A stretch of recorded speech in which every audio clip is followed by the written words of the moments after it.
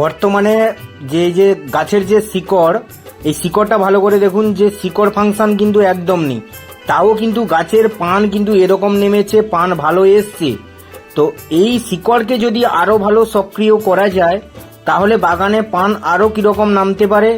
আপনাদের বাগানে যদি এরকম কোনো সমস্যা থাকে অবশ্যই আপনারা কমেন্ট করুন এবং ভিডিওটি লাইক করুন এবং চ্যানেলটি সাবস্ক্রাইব করুন। এবং আপনাদের বাগানে যদি এরকম সমস্যা হয়ে থাকে কি খাবারটা ব্যবহার করবেন। প্রথমত এই সমস্যাটা কিন্তু আমি একটা বাগানে দেখলাম। বর্তমানে এই বাগানে ব্যবহার করতে হবে 1261 ওর সঙ্গে ক্যালসিয়াম এবং সিউইট।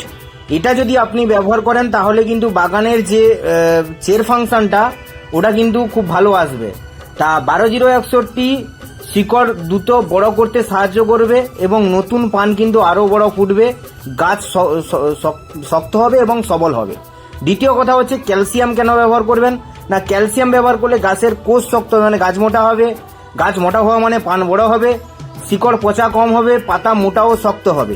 আর এর সঙ্গে সিউইট কেন ব্যবহার করবেন না, নতুন শিকড় কিন্তু এর বেরোতে সাহায্য করবে, কারণ এর মধ্যে সাইটোকাইনিন, জিবরালিক অক্সিন রয়েছে এবং মাটির মাইক্রোবিলিয়া কার্যকলাপ বাড়াবে এবং পাতা বড় ও সবুজ করবে।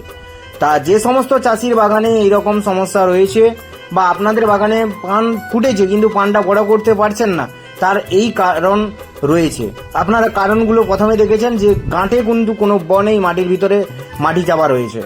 এবার এই রকম সমস্যা যদি আপনার বাগানে থাকে তাহলে এই যে তিনটা খাবার আপনাদেরকে বললাম 1261 ক্যালসিয়াম এবং সিউইট ব্যবহার করতে পারেন। আর বিশেষ করে যারা কন্টিনিউ আমাদের ভিডিও দেখেন তো আপনাদেরকে বলবো আপনারা অবশ্যই আমাদের যে প্রোডাক্টগুলো রয়েছে বা বর্তমানে যারা পান ভালো বড় করতে চান, চের ফাংশন খুব ভালো রয়েছে, আপনারা জেডএসবি ওর সঙ্গে সিউইট এবং বায়ো এনপিকে ব্যবহার করুন।